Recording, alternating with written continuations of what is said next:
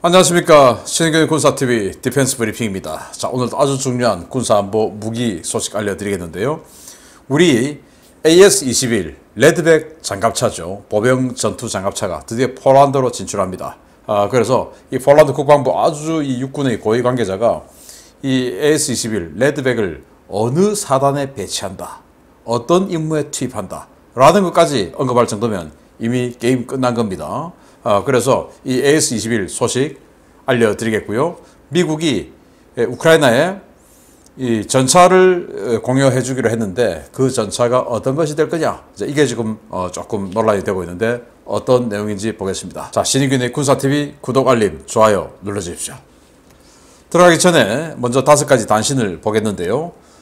미 공군이 KC-46A, 그러니까 지금 미 공군이 차세대 공중급유기 구매한 거 있는데 이게 그동안 너무너무 문제가 많아서 실전 배치가 되지 않고 계속 문제 해결을 하고 있던 중에 이제 다 했다, 결함 해결 끝났다 라고 했는데 어떤 내용인지 보겠고요.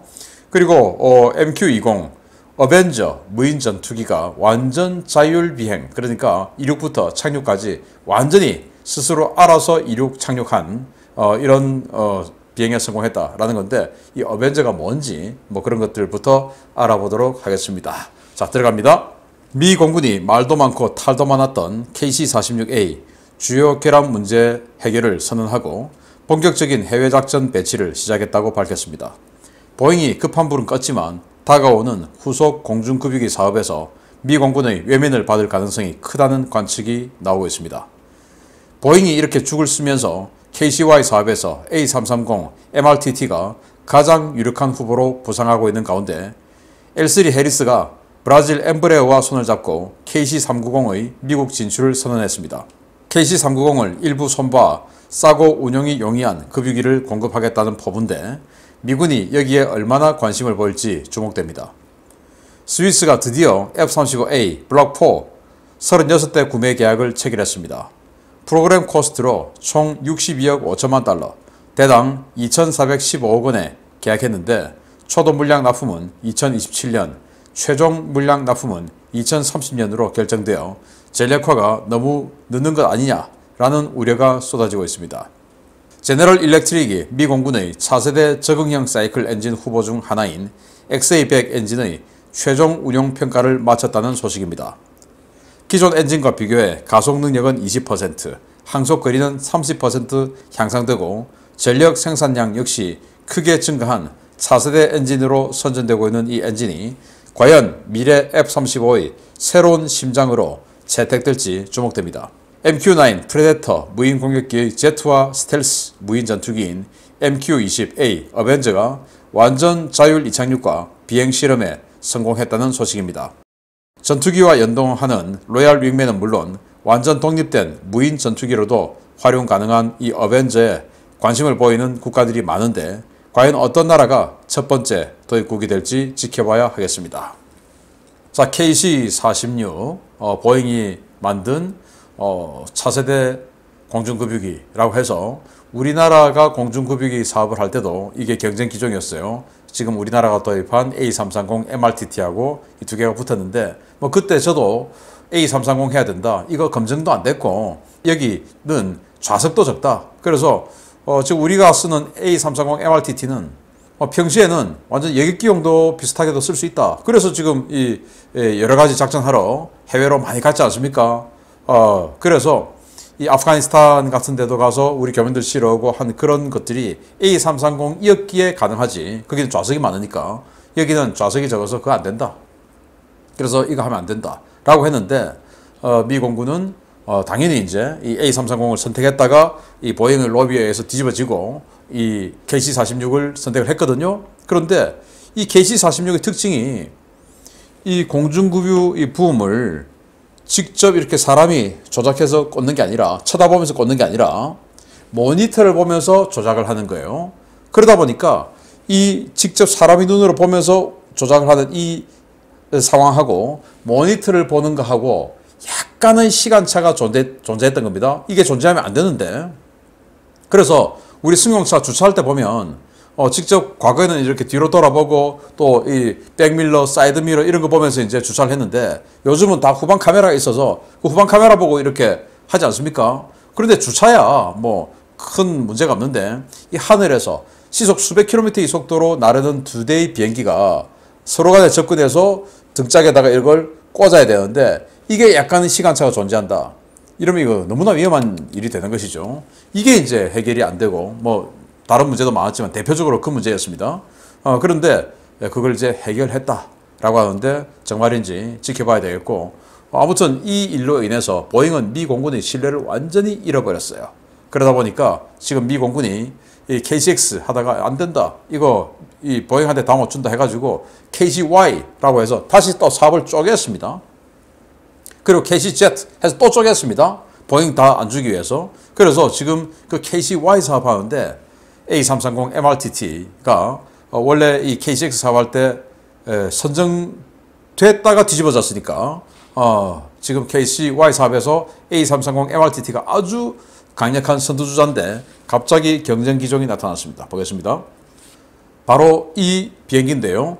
L3 해리스 미국의 그 뭐 초대기업은 아니었어요. 통신, 보안, 그리고 뭐 미사일 부품 뭐 이런 거 만드는 회사인데 여기가 브라질의 엠브레어하고 제휴해서 이거 가지고 와서 브라질제 390 KC390 이거 가지고 와서 여기다가 공중급유 장치 집어넣고 이거 하겠다 라고 해서 KCY 사업에 뛰어든 거예요.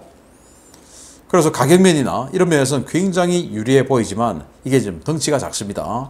세계적으로 봤을 때 미국의 C-130 수송기하고 경쟁하려고 만든 제트 수송기인데 당연히 C-130 수송기다 보니까 덩치가 작죠. 그런데 미국은 전 지구적인 이런 작전을 해야 되기 때문에 공중급유기도 훨씬 덩치가 커야 됩니다. 그래서 조금 가능성은 떨어지는데 아무튼 이렇게 브라질 수송기, 안 그래도 지금 뭐 네덜란드다 어디다 이거 지금 막 팔고 있는데 공중급유기 시장까지 브라질 항공기가 등장했다라는 거고요. 그래서 스위스가 뭐 이 좌파 시민단체에서 F-35 도입하지 말자, 국민투표 붙이겠다 뭐 이렇게 했는데 그거 이제 의회에서 기각하고 F-35 계약을 체결했습니다. 2,415억 원. 블록 4, 우리는 블록 3 계약했죠. 우리 때는 블록 3였으니까. 그런데 우리는 한 1,700억 원 계약했는데 여기 돈을 좀 많이 줬습니다. 블록 4 거기다가 옵션을 우리는 뭐 여유 부품 이런 거 많이 줄였죠. 그런데 여기는 많이 들어간 것 같습니다. 아무튼 이제는 빨리 도입해서 프랑스 같은 다른 나라에게 영공을 맡기고 이런 바보 같은 이런 나라가 되지는 말기 바랍니다. 적응형 사이클 엔진, 그러니까 이 공기 흡입해서 뒤로 빠져나가는 이런 것들을 조금 더 개선해서 연비, 뭐 또 전력 생산량 이런 것들을 아주 엄청나게 향상시킨 이 XA100 엔진인데 제네럴 일렉트릭에서 만들고 지금 치고 나옵니다. 그래서 이 블록 4, F-35 블록 4 같은 경우에 멈프트 같은 이런 유무인 복합 또 네트워크전 이런 뭐 아주 첨단 기능이 들어가기 때문에 이런 걸 하려면 전력이 많이 생산돼야 된다. 그런데 지금 가지고 있는 F135 엔진 가지고는 전력 생산이 모자라서 블록 4의 제대로 된 성능 구현할 수 없다. 그래서 새로운 엔진이 있어야 된다. 이게 바로 XA100입니다. 자, 그런데 이게 항속거리도 30% 늘어납니다. 그러면은 F-35A 같은 경우에 지금 뭐 한 1100km인데 앞으로는 1400km.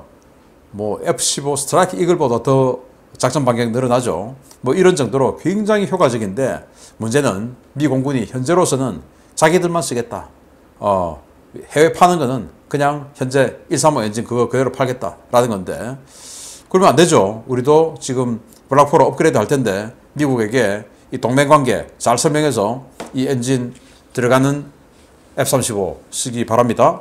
어벤져, 그러니까 프레데터의 Z화 버전 그리고 스텔스화 버전이라고 하는데 제 눈에는 뭐 대단히 스텔시하게 보이지는 않는데요.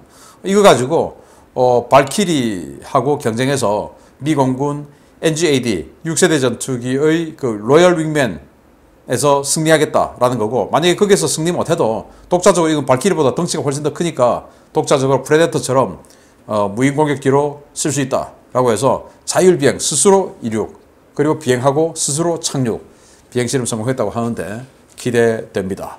자, 이런 단신 바탕으로 주요 소식 들어갑니다. 첫 번째입니다. 미 국방부 고위 관계자가 우크라이나에 대한 전차 공여를 긍정적으로 검토하고 있다고 밝힌 가운데 우크라이나에 넘어갈 전차가 M1 에이브람스 계열이 아닐 수도 있다는 관측이 나와 주목됩니다. 이미 물량은 준비되었고 우크라이나가 받기만 하면 되는 상황이라는데 과연 성사될지 여부에 관심이 쏠리고 있습니다. 미국의 우크라이나 군사지원 패키지에는 무조건적으로 전차라는 항목이 테이블 위에 올라가 있으며 우크라이나는 보다 현대적인 서방제 전차를 기증받기 전 그것을 운용할 수 있다는 능력을 먼저 입증해야 할 것이라고 임명을 요구한 미 국방부 고위 관료가 퍼린 펄리시와 인터뷰에서 현지 시각 9월 19일 밝혔습니다. 이 고위 관리는 우크라이나는 서방제 신형 전차를 인수하기 전 그들이 이 신형 전차 전력을 유지할 수 있는지 먼저 입증해야 한다 라고 밝혔는데요.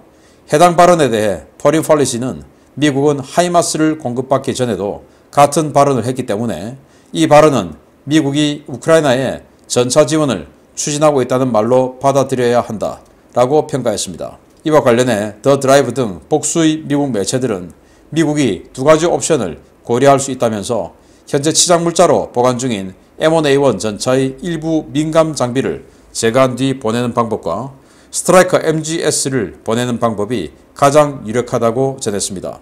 매체들은 사우디아라비아나 이라크군에 운용하는 M1A1 전차와 같이 미군용 M1A1에서 주요 장비가 제거된 다운그레이드 버전이 우크라이나에 공급될 수 있고 이를 결정할 수 있는 권한은 대통령에게 있으며 미군의 인벤토리에는 수천 대의 M1이 저장되어 있다라고 강조했습니다. 그러나 전문가들은 연료 소모가 매우 크고 기계적으로 복잡한 M1A1은 과거 T-84 오플롯 전차 개발 당시 스스로 가스터빈을 포기했던 우크라이나의 사례를 고려했을 때 우크라이나 측이 반기지 않을 가능성이 있다고 지적하고 있는데요.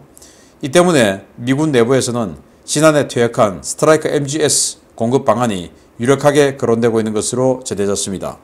미국군이 142대를 도입한 M1128 스트라이커 MGS는 스트라이커 장갑차 위에 M68A1, E4, 105mm 저하포를 장착한 화력 지원 차량인데요.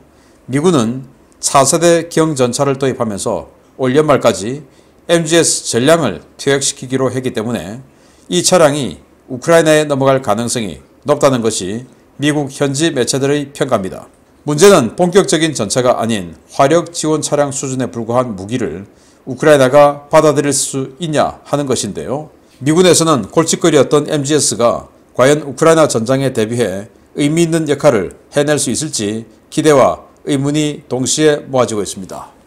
자, 미 의회가 전차 줘라 라고 했기 때문에 전차를 줘야 된다는 겁니다. 그런데 미국은 전차를 주기 전에 그걸 운용할 수 있는 준비와 능력이 있냐, 이제 이걸 보겠다. 그러니까 이 M1A1 전차 같은 경우에 가스터빈 엔진이니까 연비가 아주 안 좋죠. 그럼 이렇게 안 좋은 연비의 전차를 가지고 전투할 수 있는 능력과 의지가 있냐? 그걸 그 연료를 보급해 줄 수 있는 이 현장, 전투 현장에서 보급해 줄 수 있는 그런 군수 지원 능력이 있냐? 그거 없이 그냥 가가지고 뭐 한 200km 운용하고는 연료 다 떨어졌는데 기름차 안 온다? 러시아처럼 버리고 갈 거냐? 그러면 안 된다는 거죠. 왜? 그렇게 되면 이 M1 전차의 정보가 고스란히 들어가고 또 이 M1 전차가 그렇게 비참하게 끌려가면은 미국 위신이 말이 아니죠. 그래서 그걸 할 수 있냐? 이걸 보겠다. 자, 그런데 그냥 주는 건 아니다. 왜? 여기 이제 열화 우라늄 장갑이 들어가 있고 뭐 그런 거 빼고 주겠다 이거죠.